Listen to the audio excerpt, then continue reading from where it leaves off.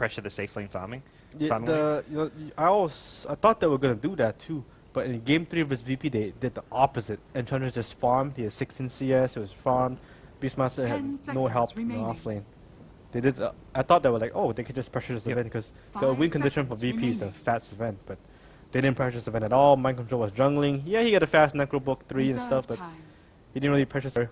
So, Game Kuro will now bring his Enchantress top. Because one person who plays Enchantress and just runs at people in the laning phase is Lanham. And I think that's one of the better ways to play Enchantress. He also plays Chen like that, I've noticed as well. Very, very aggressive. It is a medium risk, medium reward, if I had to call it. Oh, okay. Yeah.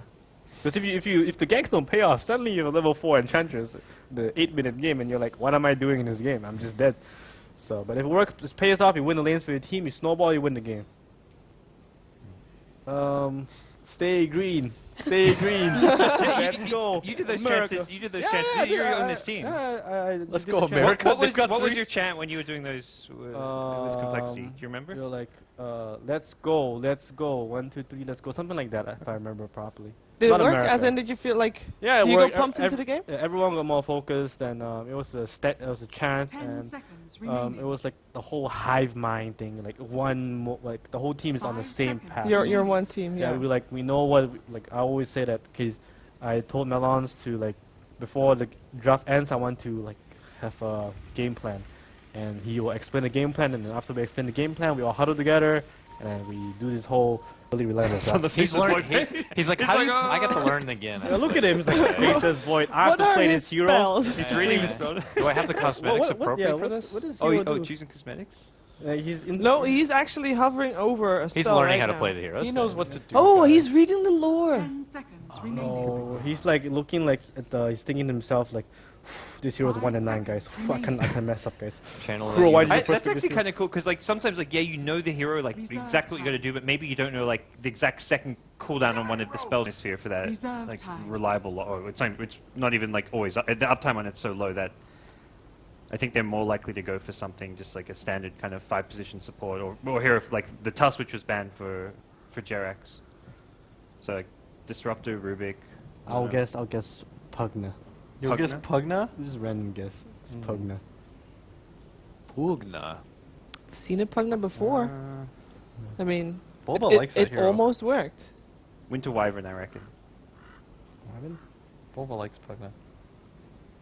Go back to Winter Wyvern. Longer draft in this one for the second game. I love Liquid. Their team fight, like having, I mean, the tree is kind of, the Winter Wyvern I mentioned, it's a similar thing where you just protect the egg. Like, you Supernova, you've got the Overgrowth to help protect it. The team fighter on the Chronosphere is great. I think Liquid have got the better draft. It's a lot around those cooldowns, but they were able to make it work for game number 1 around like the DP and stuff. So I would have faith in Liquid to be able to kind of pull it out. The draft win for Liquid. On top of a few other things, like as you mentioned, Swindle died a little bit too early. Maybe you should have headed to the jungle a little bit earlier. They didn't prepare for the treant protector. He did way too many things. Like he pops. As well. The downside for Team Liquid is they have like almost no lockdown. No lockdown. I was gonna say also, doesn't it feel like almost a bit too much cooldown dependent as well, building around the A, around the Death Prophet ulti a bit? I think when you play Death Prophet, it's like inheriting thing that you. We all know that Virtus Pro, they're not going to go out easy at analysts. Come back here. I'll say it like that. All right. But yeah, this is more open in a way. I feel like it's. I mean, obviously it depends on where you're going with it, but if to me this feels like a more solid. Okay. Dakota? I'm actually thinking about going with Liquid on this one. It's very heavy on the push, and I feel like it's nicely objective-based and suits Liquid's style. For Virtus Pro, it seems like they pick fast and they have a confident game plan, but I don't know, something just irks me about it, that maybe they're just throwing out what they can, they feel like it's going to work. I don't know why, that rubs me that way.